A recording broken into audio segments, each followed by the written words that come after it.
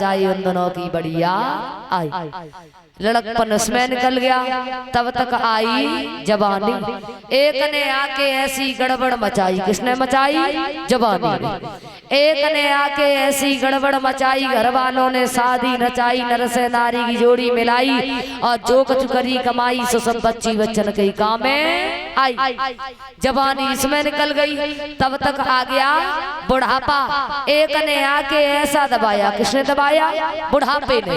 एक ने आके ऐसा दबाया, श्रीराम खोखला बनाया, चलती कमर को कमान बनाया, और टूटा खटोला इन्होंने दिखाया। बुढ़ापा इसमें निकल गया, तब तक आई मौत। आकर के जबरदस्ती चढ़ेगी, कौन चढ़ेगी? मौत आकर के जबरदस्ती चढ़ेगी, जान से तन को खाली करेगी, जाके शमशान में पड़ेगी, आग लगेगी जिसमें जलेगी, मिट्टी में मिट्टी मिलेगी, घर पर कढ़ाई चढ़ेगी। खाने वालों ने आनंद पाया, बाद में आके साफ सफाया। इसलिए कहते हैं जग जा से जन्मे और गा से गए, बहुत जल्दी आए गए, आए गए बहुत जल्दी, क्योंकि किसी के पास समय नहीं है। किसी से भी पूछो, बोले मरने तक का टाइम ही नहीं। जब यमराज लेने को आवे, आई के पकड़े पाँव, तब उनसे कह दिए फरसा ना। यानी कि मरने के लिए कोई टाइम जो है निकालना नहीं पड़ता है, वो तो खुद ब खुद निकल आता है।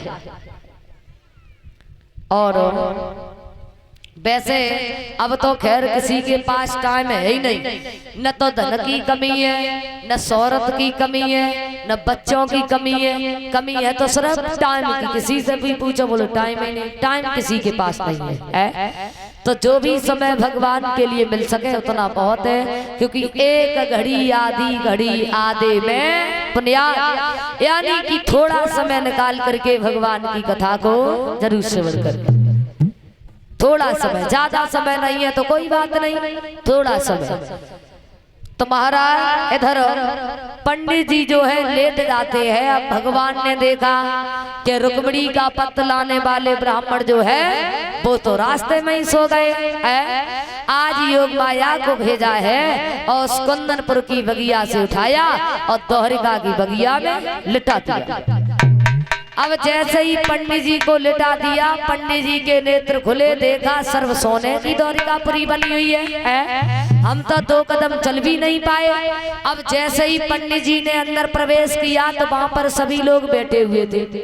पंडित जी बोले बताओ कन्हैया में से कौन है? बोले कन्हैया। बोले हाँ। बोले कोने में बैठा है? वही कारो वही है कन्हैया, चले जाओ अंदर। अब जैसे ही पंडित जी चले तो पंडित जी ने विचार किया कि बिटिया ठग गई है, क्योंकि 4 दिन हो गए, सब रोत रोत आंखें फोड़ डाली। लेकिन तो हम तो जा जानते थे कन्हैया पता नहीं कितो सुंदर हुई है, लेकिन सदेरो दामन को ड्राम मारो रखो। अब जैसे ही तिरछी नजर से कन्हैया ने देखो, सोई पंडित जी सोचने लगे हमें जब आलम पत्र ढेड़ा और हुए। अब पंडित जी जैसे ही पहुंचे, रुक्मिणी का पत्र जो था तो बलराम आ गए। बोले हमें कन्हैया से एकांत में बात करनी है।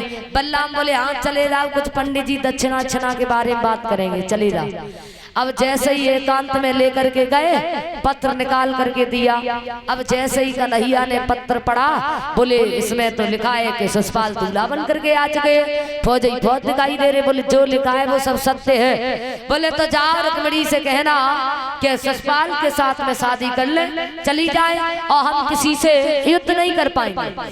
बोले अगर आप नहीं गए तो रुक्मिणी मर जाएगी, लेकिन किसी और के साथ में विवाह करके नहीं जाएगी, क्योंकि के मिले पेड़े अमरी राबेगी, जो नहीं जाओ समरिया रोके मिले।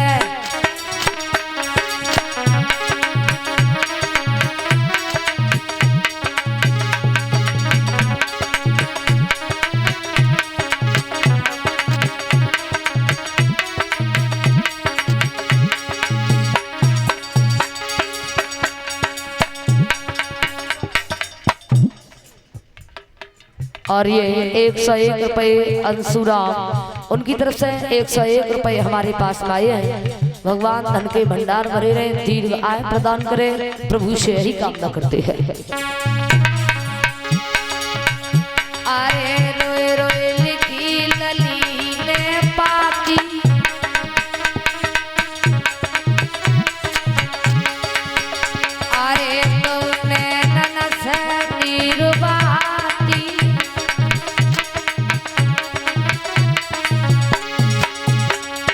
खाई के प्राण गवावेगी जो नहीं जाओ समरिया।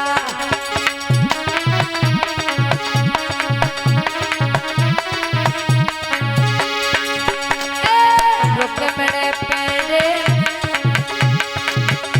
मरे जावेगी जो नहीं जाओ कन्हैया।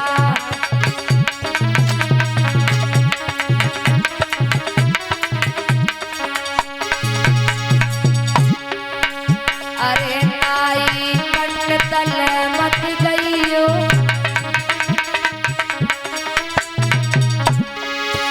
अरे ना स्वामी बारात सजइयो,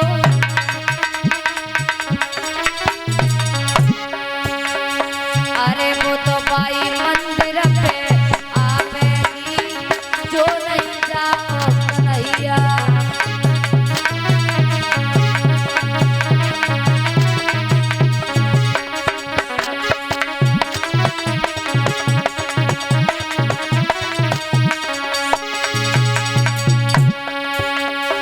रुक मेरे पेड़े में मरी जावेगी जो नहीं जाओ कन्हैया।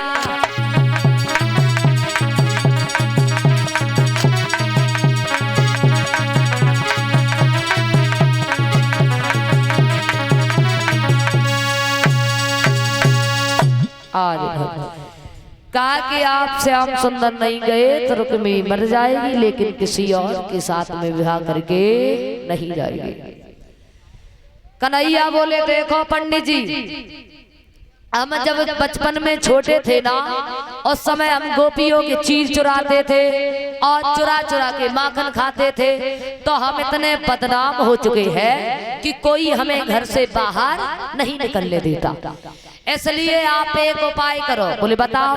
बोले आप थोड़ी दूर चलना, खांस के बैठ जाना, थोड़ी दूर चलना, खांस के बैठ जाना। तो हम कहेंगे कि बल्ला मैया पंडित जी पर बुढ़ापा है तो हम तुम्हारे साथ चल सकते, वैसे नहीं जा पाएंगे। बोले कोई बात नहीं। आज जैसे ही आज्ञा लेकर के चले हैं तो थोड़ी दूर चलते हैं, खांस के बैठ जाते, थोड़ी दूर चलते हैं, खांस के बैठ जाते। बल्लाम ने देखा क्यों पंडित जी क्या बात है? कन्हैया बोले बल्लाम भैया तुम भी ना ऐसी बातें कर रहे, अब बताओ चला नहीं जा रहा है पंडित जी पर और आप कह रहे हो हमें अगर आपकी आज्ञा हो तो ने छोड़ सकते। बोले चले जा, लेकिन बहुत जल्दी वापस लौट करके आना है। आज रथ लिया, घोड़े तैयार किए, अब बढ़ने वाले घोड़े उस रथ में लगाए, पंडित जी को बैठाया, धीरे धीरे रथ आगे बढ़ा।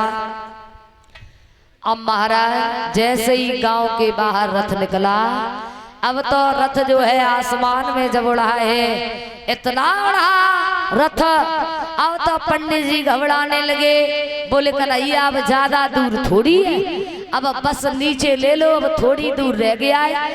अब भगवान ने रथ लिया तो कुंदनपुर में पहुंचे। अब धीरे धीरे रथ आगे बढ़ा, मंदिर के पीछे रथ को खड़ा करवा दिया। बोले ऐसा करो आप यहीं रथ खड़ा करो, हम रुक्मिणी को अभी भेज रहे हैं। बोले ठीक है चले जा।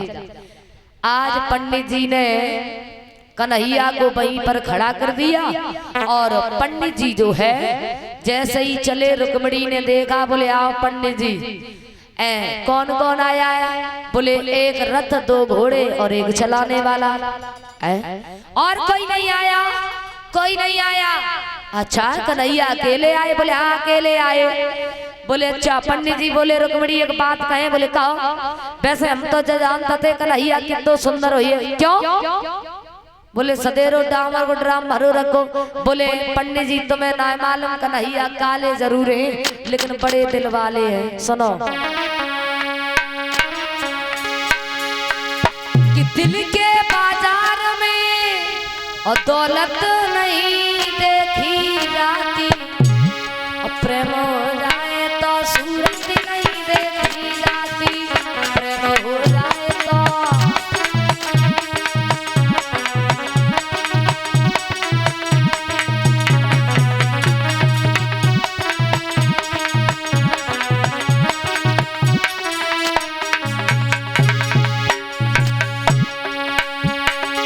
ओ प्रेमी लोग सी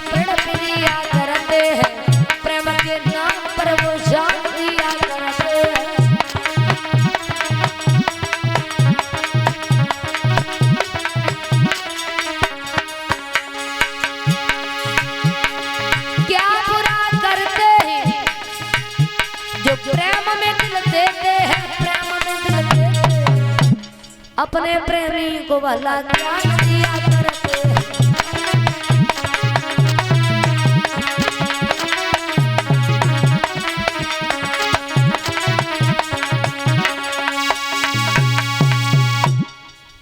आज धरो महाराज